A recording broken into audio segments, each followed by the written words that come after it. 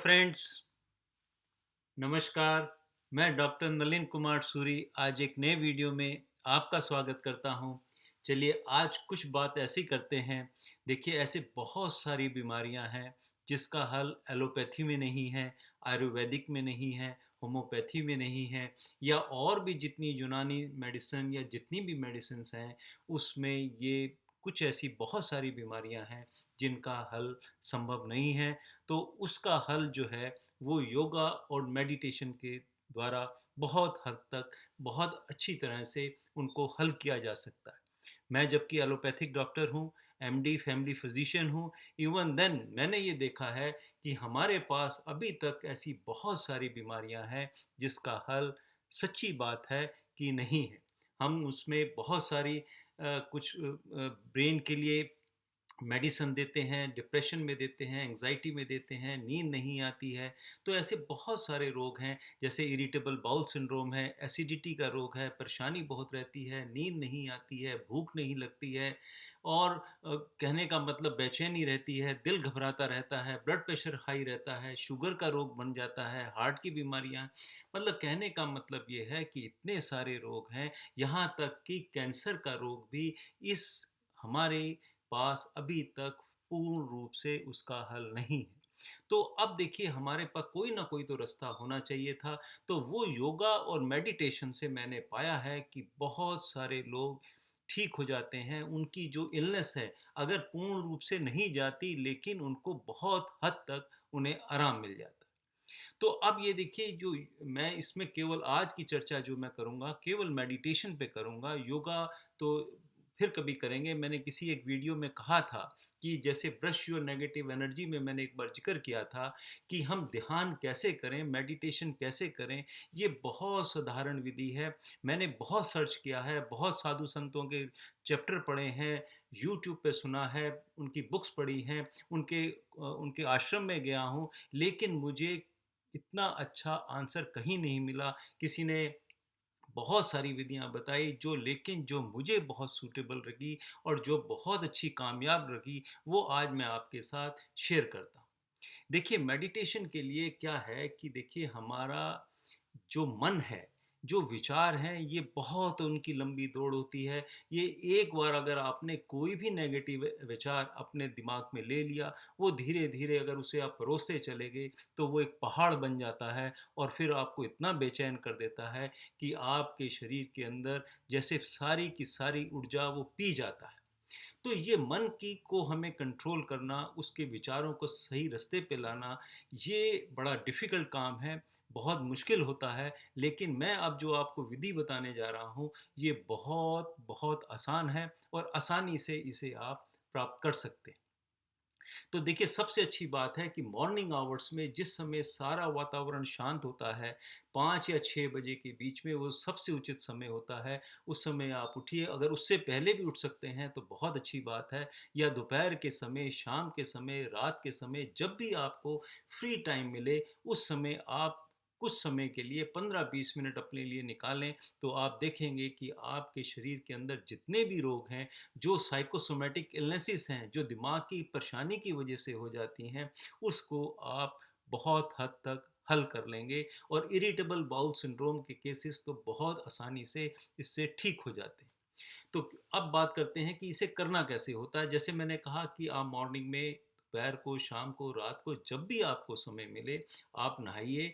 नहा नहीं सकते तो मुंह हाथ धो लीजिए, अच्छी तरह धोकर किसी भी शांत कमरे में, वातावरण में, जहाँ भी आपको ऐसा उचित जगह लगता है वहाँ पर आप जाइए। और कोशिश करें कि बिस्तर पे ना लेट के फर्श पे अपनी एक कोई भी नीचे चादर बिछाइए, लेकिन उस कुछ भी ऐसा आइटम ज़रूर होना चाहिए जिसका कांटेक्ट डायरेक्ट आपका शरीर जो है अर्थ के साथ ना लगे, क्योंकि बीच में एक बैरियर होना बहुत ज़रूरी होता है। नहीं तो आपकी जितनी एनर्जी है, जितनी जिसे हम कहते हैं ना कि ज़मीन पे लेटने पे ठंड लग जाती है, तो वो जो पृथ्वी है, सारा आपका जितनी एनर्जी है वो सक कर जाएगी। इसलिए नीचे कोई ना कोई ऐसा बैड कंडक्टर ऑफ हीट लगाना होता है। उसमें लोहे की चीज़ नहीं होनी चाहिए, लकड़ी का हो, या एक सादी चादर या दरी जो है, ये सबसे उचित होगा। और एक छोटा सा तकिया अपने सिर के नीचे लगाइए और आराम से आप लेट जाइए और अपने शरीर को बिल्कुल छोड़ दीजिए, और जो जितना कमर का ऐसे लगे कि आपने सारे का शरीर जो है पृथ्वी के साथ बिल्कुल उस पर वजन डाल दिया है। इस प्रकार से आप लेट जाइए, शरीर को बिल्कुल ढीला छोड़ दीजिए। और देखिए अब हमें करना क्या है कि देखिए जो हम सुनते हैं और जो हम सोचते हैं, ये दोनों विधि साथ साथ नहीं चल सकती। जो अगर हम सुनेंगे और जो हम सोचेंगे, इसमें से केवल एक ही चीज़ चल सकती है। जैसे आपने देखा होगा, आप क्लासरूम में अगर जिस समय टीचर पढ़ा रहे होते हैं, तो उस समय आपके कान तो सुन रहे होते हैं पूरी की पूरी क्लास, और आपके विचार जो हैं दूसरी और पता नहीं कहाँ कहाँ घूमते रहते हैं। पूरा लेक्चर सुन लेते हैं, लेकिन आपको ए बी सी भी उस लेक्चर की समझ नहीं आती, क्योंकि आपके विचार जो थे वो कहीं और गए हुए थे। कान आपके सुन रहे थे, लेकिन आपका ध्यान जो है वो दूसरी जगह था, इसलिए आपने उसका उस लेक्चर का ए बी सी भी नहीं जान पाए। तो कारण क्या है कि कानों के सुनने का और विचारों का, दिमाग का आपस में बिल्कुल डिफरेंट अंग, एक डिफरेंट लाइन है। जब तक आप अटेंटिव नहीं होंगे तो आपके दिमाग में विचार उस प्रकार के नहीं आ सकते। तो हमें अब करना क्या है? तो यही विधि जो है, ये जो बात है कि हमें जो सुनना और जो सोचना, ये दोनों बिल्कुल डिफरेंट है। तो इनमें से केवल हम एक हिस्से को लेंगे, वो लेंगे सुनने को। तो उसमें क्या करना है कि आप आराम से लेट जाइए, कुछ भी डिफ़िकल्टी नहीं है। आराम से अपने शरीर को छोड़ दीजिए और कम से कम 5 बार डीप ब्रीदिंग लीजिए, लंबी-लंबी साँस खींचिए, उसे रोकें और उसके बाद उसे छोड़ दीजिए। तो इस प्रकार से 5-6 बार अगर आप ऐसे करेंगे, तो उसके बाद क्या होगा कि आप ये मन में धारणा करें कि नेगेटिव एनर्जी मेरी बाहर जा रही है, और ईश्वर की दी हुई जो पॉजिटिव एनर्जी है, जो शांत भाव हैं, वो मेरे अंदर आ रहे हैं। तो इस प्रकार 5-6 बार करने के बाद आप अपने चेहरे पे मुस्कुराहट पैदा करिए और चेहरे को बिल्कुल रिलैक्स कर दीजिए। जैसे एक छोटे बच्चे का चेहरा होता है, इस प्रकार से अपने चेहरे को बना लेना है, क्योंकि सारे भाव जो हैं वो हमारे चेहरे पे ही आते हैं। ये चेहरे की वजह से ही सारे शरीर की एक्टिविटी भी होती है। तो इसलिए अगर आप चेहरे को बिल्कुल रिलैक्स कर देंगे, तो उसके साथ साथ जब उसमें एक शांति का भाव लाएंगे, खुशी का भाव चेहरे पे लाएंगे, तो क्या होगा, माइंड भी 100% उसके साथ तालमेल रखेगा, और आपके ब्रेन में फिर एक तरह से आप तैयार हो जाएंगे आगे की कार्यविधि के लिए।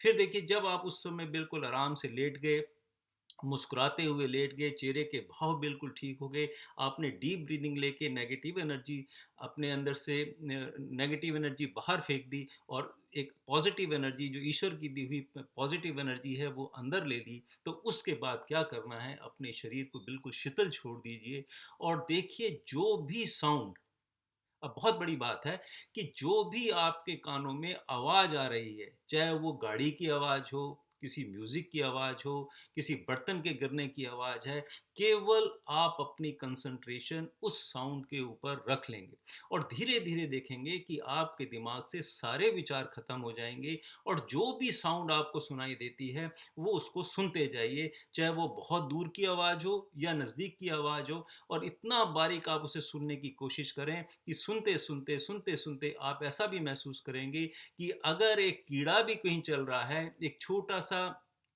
कुछ भी हल्का-सा भी हरकत होगी, तो वो आपको कानों को सुनाई देने लग जाएगी। आपका ध्यान बिल्कुल साउंड की तरफ हो जाना चाहिए। तो ऐसा करते-करते, करते-करते आप देखेंगे कि आपके दिमाग में से विचार बिल्कुल साफ हो जाएँगे, विचार शून्य हो जाएगा।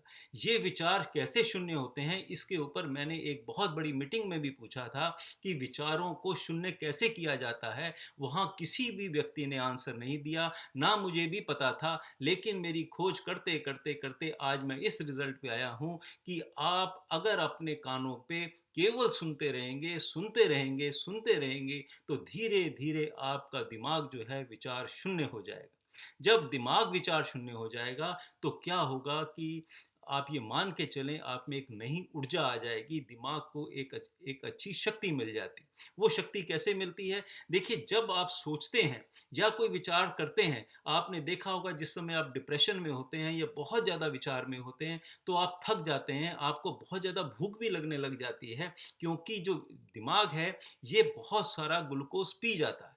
तो इसको पी जाने से क्या होगा कि इतने ज़्यादा विचार जब उसको नहीं मिलेंगे, आप सोचेंगे नहीं, तो क्या होगा कि दिमाग जो है उसमें जो विचार आ रहे थे वो शांत हो जाएँगे, उन्हें रिलैक्सेशन मिलेगा, उसमें नई ऊर्जा आ जाएगी। तो उसकी वजह से क्या होगा, जब आप ज़्यादा विचार नहीं ला पाएँगे तो क्या होगा कि एक अच्छा आप महसूस करेंगे, एक अच्छी फीलिंग आपके अंदर आएगी और उसकी वजह से जब एक अच्छी फीलिंग आ जाएगी आपके अंदर, कोई नेगेटिविटी सब खत्म हो जाएगी, आपके अंदर एक प्लेज़र आ जाएगा, एक खुशियाँ मिलेंगी। तो क्या होगा, जब ये आपको मिलना शुरू हो जाएगा तो आपके अंदर जितनी नेगेटिव एनर्जी है, जितने बैड हार्मोन्स आपके शरीर में बने हैं, वो 100% निकलने शुरू हो जाएंगे। और जब ये ऐसा हो जाएगा, जब ये आपको एक ऐसा मैसेज मिल जाएगा, एक एक नई घुंडी मिल जाएगी, तो क्या होगा कि धीरे धीरे धीरे धीरे आप उस नेगेटिव एनर्जी को छोड़ना शुरू कर देंगे।